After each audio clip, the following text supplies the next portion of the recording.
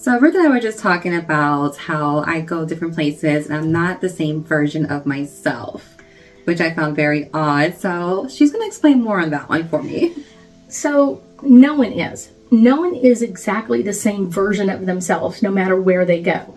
And I was trying to explain to Carmen, like, in a kind of interesting way, but I want to explain it to you because it's important to understand that, like, we're close-knit friends. We know about each other's like likes and differences. Like, we love ghost hunting together. Like, you want to go ghost hunting, girl, we're packing it up. We're going. We are out the door.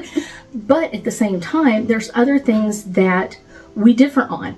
And so if we added someone else's energy to our group dynamic, that would change what we would want to do. So if it's just her and I, we have like all the time in the world be like, let's go on a ghost hunt. Let's go to the cemetery. Let's go do this, right? That's our personality. But if we add someone else to it, it's not that we're not 100% ourselves. We kind of turn off what that other person isn't going to like, and we turn on what that person is going to resonate with. So if the other person came in and said, I don't like ghost hunting, I don't believe in ghosts or whatever else, we'd be like, okay, well, we're both moms, we have a dog, we have husbands, we have children. So like, we have other topics that we could talk about. Yes. It doesn't have to be only that one thing.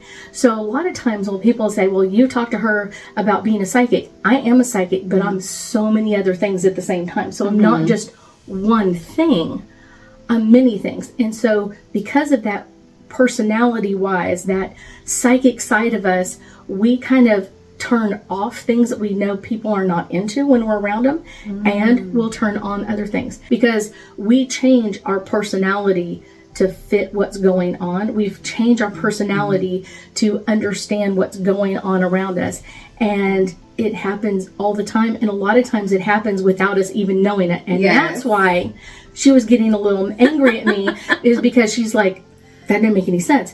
But when I explained it to her, she was just like, oh. Yeah, because I don't see it when I'm doing it, but you can see it when I'm doing it. So it's like, wait, what do I do? Like, I don't notice that I'm doing that, but now as she says, I'm like, oh, that makes sense. Okay. But, and the thing is, though, is if you go to a public place and you're at work or you're somewhere else, when you're 2 or 3 people are talking, you'll just think about like the topics that you're talking about. And then if someone else comes in, that topic can totally flip, and you're like, okay, we were all talking about our dogs and all that kind of stuff, and then this cat person comes in and now we're talking about the sky or the weather or whatever else. Yeah. And it doesn't mean that like you're going like, oh my gosh, that's horrible. It's just different. Very because different. Like you've taken on that energy of that new person joining the group.